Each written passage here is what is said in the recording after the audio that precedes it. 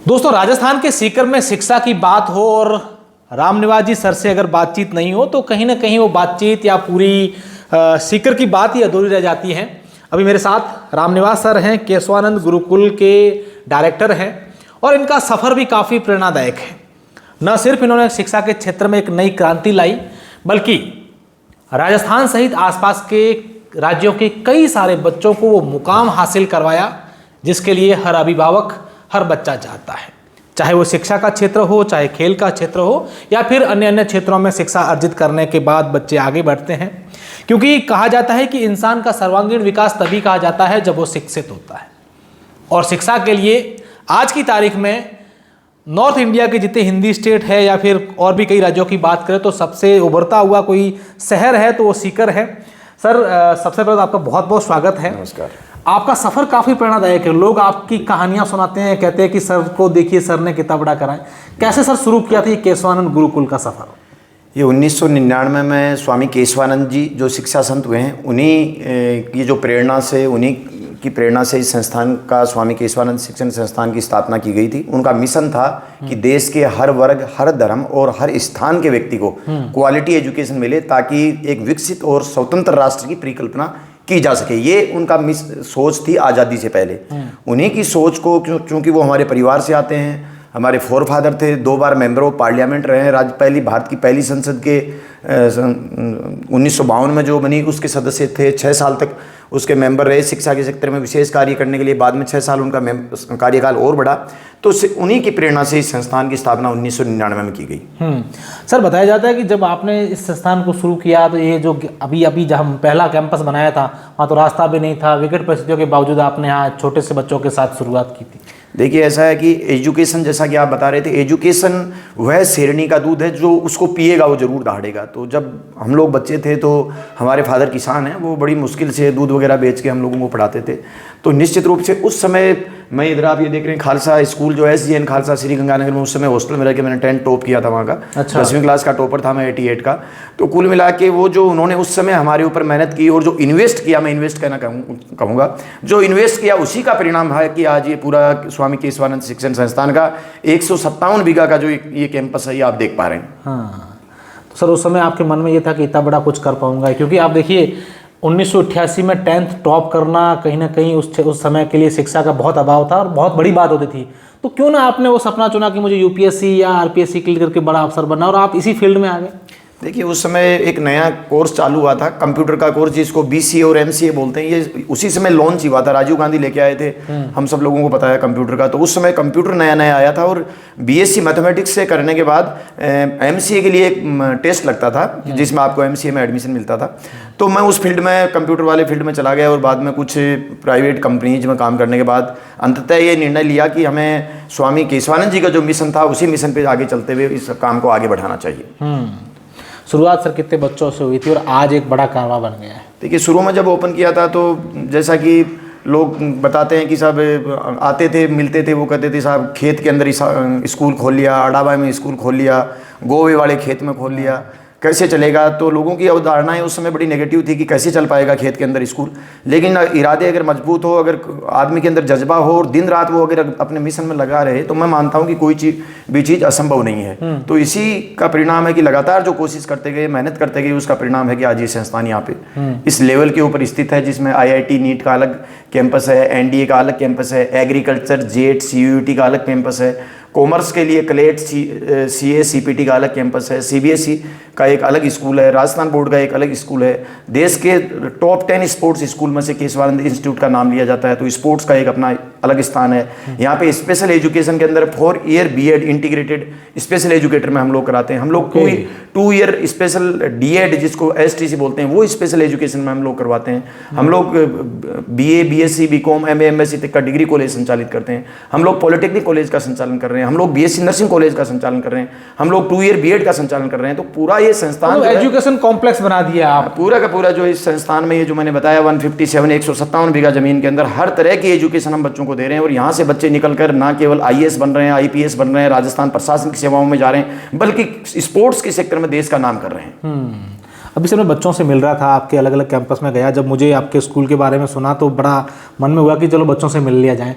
तो कोई बच्चे उत्तराखंड से, कोई झारखंड से, कोई दिल्ली से, बिहार, यूपी, पूरे पैन इंडिया से बच्चे यहाँ पर आके पढ़ रहे हैं। बिल्कुल बिल्कुल, मैं आपको बताऊं कि अभी हाल ही में 6 साल के निहाल ने मुंबई से यहाँ पे एडमिशन लिया है और वो फुटबॉल में अपना करियर बनाना चाहता है। स्पोर्ट्स में अपना एक अलग स्थान है। एकेडमिक एक्सीलेंस में तो हम लोग 2008 से लगातार मेरिट देते आ रहे हैं। हर साल अपनी, चाहे वो सीबीएसई बोर्ड हो चाहे राजस्थान बोर्ड हो, मेरिट सूची में हर बार केशवानंद का नाम होता है, तो हर बार हम मेरिट देते आ रहे हैं। लेकिन स्पोर्ट्स में अगर पूरे देश की बात करें, राजस्थान की बात करें, तो केशवानंद की अपनी एक विशिष्ट पहचान है और उस पहचान के लिए खेल के साथ साथ जो है आप शिक्षा, अच्छी शिक्षा ग्रहण करें, इसके लिए जो पूरे देश से यहाँ पे बच्चे आते हैं। यहाँ के बच्चे जो हैं, मैं अभी पिछले साल की बात बताऊँ आपको, यहाँ के करीब 7 बच्चे जो हैं वो दिल्ली यूनिवर्सिटी के टॉप कॉलेजेज में पढ़ रहे हैं स्पोर्ट्स और सीयूटी के दम पे, जिसमें मिरांडा हाउस के अंदर 2 लड़कियाँ हैं, सेंट स्टीफन कॉलेज में 1 लड़का है, जिसमें हिंदू कॉलेज जो अभी इंडिया की रैंकिंग पे नंबर 1 पे है, उसमें केशवानंद के 3 बच्चे वहाँ पे स्पोर्ट्स प्लस सीयूटी के आधार पे वहाँ पे एडमिशन ले रखे हैं। हंसराज कॉलेज में बच्चे पिछले साल यहाँ से सिलेक्ट हुए हैं।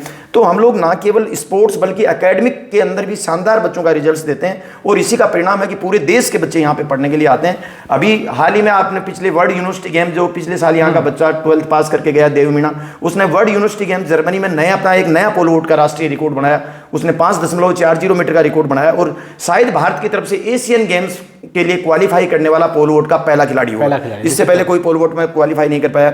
इसी के साथ मैं बात करूं स्विमिंग की, तो स्विमिंग के अंदर इंडियन बीएसएफ का कैप्टन फिलहाल स्विमिंग का अंकित राठौड़ इसी संस्थान से 2021 का पास आउट है। मैं बात करूं इंडियन पुलिस की और राजस्थान पुलिस की, तो अजय डागरपुरिया इंडिया की पुलिस की स्विमिंग की कैप्टनशिप करता है। वर्ल्ड पुलिसिंग गेम्स कनाडा में 2023 में 4 गोल्ड और 2 सिल्वर, और इसी तरह 2025 के यूएस वर्ल्ड पुलिसिंग गेम्स में अजय डागर ने 4 गोल्ड और 2 सिल्वर, देश के लिए पुलिसिंग के अंदर सबसे ज्यादा मेडल जीतने वाला खिलाड़ी बना। मैं बात करूं इंडियन आर्मी की, तो अभी 18 साल का भी नहीं हुआ था कुणाल फौजदार, जैसे 18 साल का हुआ, 11वीं पास की थी, इंडियन आर्मी इसको लेके गई है कि भाई अभी हमारी आर्मी के लिए खेलेगा। तो आपको निकट भविष्य में इंडियन आर्मी की स्विमिंग का कैप्टन भी अगर कुणाल फौजदार दिखे तो कोई बड़ी बात नहीं है। अच्छा, यहाँ से पढ़ते हुए मतलब उनका उम्र से पहले ले गया, सेम उम्र से पहले तो नहीं ले जा सकते, उम्र होते ही ले जाते हैं। हाँ। तो इसी तरीके से हम बात करें बास्केटबॉल की, तो इंडियन रेलवे के अंदर अंकिता मातवा, जयदीप सिंह राठौड़ और जितेंद्र शर्मा मुंबई सेंट्रल में प्रैक्टिस करते हैं और भारत की तरफ से बास्केटबॉल खेलते हैं, इंडिया की तरफ से बास्केट खेलते हैं, भारतीय रेलवे की तरफ से बास्केटबॉल खेलते हैं। वीरेंद्र रणवा वॉलीबॉल में एशियन चैंपियनशिप दुबई के अंदर खेल के आया।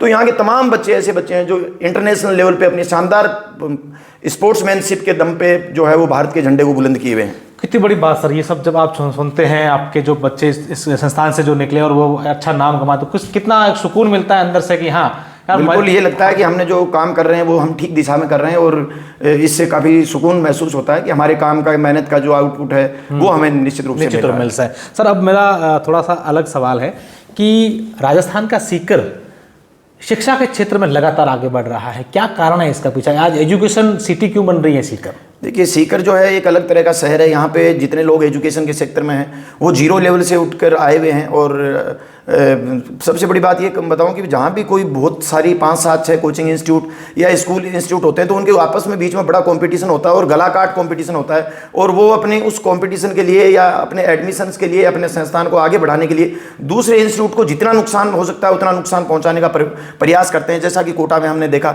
लेकिन सीकर के जितने इंस्टीट्यूट के, एजुकेशन इंस्टीट्यूट के जो डायरेक्टर्स हैं, जो ओनर्स हैं, वो एक साथ शाम के समय रोज एक साथ बैठ के चर्चा करते हैं, परिचर्चा करते हैं कि किस तरीके से हमें आगे बढ़ना है। एक दूसरे की निंदा नहीं करते, सब लोग यही प्रयास करते हैं कि सीकर जो है ये जो है एजुकेशन सिटी के रूप में पूरे देश में जाना जाए और सब लोगों के आपसी तालमेल के कारण से आज सीकर जो है इस पोजीशन पे है। मैं एक चीज़ आपसे फिर जानना चाहूँगा कि केशवानंद गुरुकुल को सबसे डिफरेंट कैसे देखते हैं आप? केशवानंद गुरुकुल अपने एकेडमिक एक्सीलेंस और विभिन्न तरह के कोर्सेज के लिए तो जाना ही जाता है, बल्कि यहाँ पे कहा जाता है, केशवानंद के लिए कहा जाता है कि शहर की दवा और केशवानंद की हवा दोनों बराबर काम करते हैं। तो यहाँ के जो स्टूडेंट्स हैं वो बहुत फिजिकली फिट है, बहुत मेंटली फिट है। आज 28 साल के अंदर यहाँ के बच्चों ने जो अनुशासन, डिसिप्लिन जो दिखाया इस संस्थान का, फिजिकल और मेंटल हेल्थ के बल पे दिखा पाया है। और यही कारण है कि केशवानंद जो है वो अदर इंस्टीट्यूट से अलग है, क्योंकि यहाँ पे बच्चे को एक अच्छी एजुकेशन के साथ अच्छे ग्राउंड्स मिलते हैं, अच्छा स्पोर्ट्स मिलता है, अच्छे संस्कार मिलते हैं और फिर स्वामी केशवानंद जी का आशीर्वाद यहाँ से मिलता है, जिन्होंने आज़ादी से पहले, आज़ादी के 20 साल पहले 256 गाँवों में निःशुल्क पाठशालाएं खोल के शिक्षा का जो अलग जगह थी, उस प्रेरणा जो है यहाँ से बच्चे मिलते हैं और स्वामी जी, उस प्रेरणा बच्चों को मिलती है और स्वामी जी का आशीर्वाद मिलता है। इसके कारण से स्वामी केशवानंद बाकी अन्य संस्थानों से, पूरे देश के संस्थानों से अलग है। एडमिशन सीजन चल रहा है, आपका शेड्यूल बहुत टाइट होगा। अब मेरा आखिरी सवाल है जो आपके अनुभव से जुड़ा हुआ है। आपका लंबा अनुभव इस शिक्षा के क्षेत्र में है, जहां आपकी खुद की पढ़ाई, और आज का अगर हम पिछले 3-4 सालों की बात करें तो शिक्षा का प्रारूप थोड़ा सा बदल गया है, आधुनिक युग आ गया है, एआई, टेक्नोलॉजी, तमाम प्रकार की चीज़ें। तो सर, इन सबसे बचते हुए बच्चों को, क्योंकि इसके दुष्प्रभाव बहुत ज़्यादा पड़ रहे हैं बच्चों पर, कैसे पेरेंट्स अपने बच्चों का ख्याल रखें और बच्चों को किस बातों का ध्यान रखना चाहिए सर? देखिए, सबसे बड़ी बात है, जो मैंने स्पोर्ट्स की एक लाइन इस इंस्टीट्यूट के अंदर 2015 में डाली थी, ये इसीलिए डाली थी क्योंकि एआई और ऑनलाइन क्लासेज जो हैं वो कॉलेज एजुकेशन को, हायर एजुकेशन को पूरी तरह से चट कर चुके हैं, पूरी तरह से खा चुके हैं। आज आप गवर्नमेंट साइंस कॉलेज में जाके देखिए, 8000 स्टूडेंट्स वहाँ पे पढ़ते हैं, लेकिन कॉलेज में आपको बच्चे नहीं दिखाई देंगे। ये सब एआई और आपका ये जो ऑनलाइन क्लासेज और इसके कारण से हुआ है। अगर हम बच्चों को पढ़ाई के साथ साथ फिजिकल ट्रेनिंग उसको दें, फिजिकल रूप से मजबूत बनाएं, स्पोर्ट्स के चक्कर में हम बच्चों को आगे बढ़ाएं, तो कोई भी पेरेंट्स जो है वो अपने बच्चे को घर पे नहीं बैठाएगा। निश्चित रूप से वो पेरेंट्स अपने बच्चे को स्कूल भेजना चाहेगा, क्योंकि मेंटल और फिजिकल हेल्थ जो है वो एआई और मोबाइल से और ऑनलाइन क्लासेज से नहीं मिल सकती, वो केवल ग्राउंड पे उतरने से ही मिल सकती है। तो हम लोग लगातार स्पोर्ट्स को प्रमोट कर रहे हैं कि बच्चा स्कूल तक जुड़ा रहे, स्कूल तक आए, और इस तरह की जो आप दुष्प्रभाव जो बता रहे हैं इनसे बचा रहे, मोबाइल से बचा रहे, क्योंकि यहाँ ये मोबाइल फ्री कैंपस है, मोबाइल यहाँ अलाउ नहीं है। तो इन चीज़ों से बचने के लिए हम लोग स्पोर्ट्स को बराबर इसको प्रमोट कर रहे हैं और बच्चों को फिजिकल और मेंटल हेल्थ के रूप में मजबूत कर रहे हैं। निश्चित तौर पर बहुत ही शानदार और प्रेरणादायक बातें सर ने बताई है। ये बातें न सिर्फ इस केशवानंद स्कूल के लिए, तमाम उन स्कूलों के लिए, बल्कि हर पेरेंट्स के लिए, हर बच्चों के लिए बहुत ही अनुभव और बहुत ही काम की बातें सर ने बताई है। और सर ने ये भी बताया कि कैसे उन्होंने एक छोटा सा सफ़र शिक्षा के क्षेत्र में शुरू कर आज एक बड़ा कारवां खड़ा कर दिया। बहुत बहुत धन्यवाद। नमस्कार।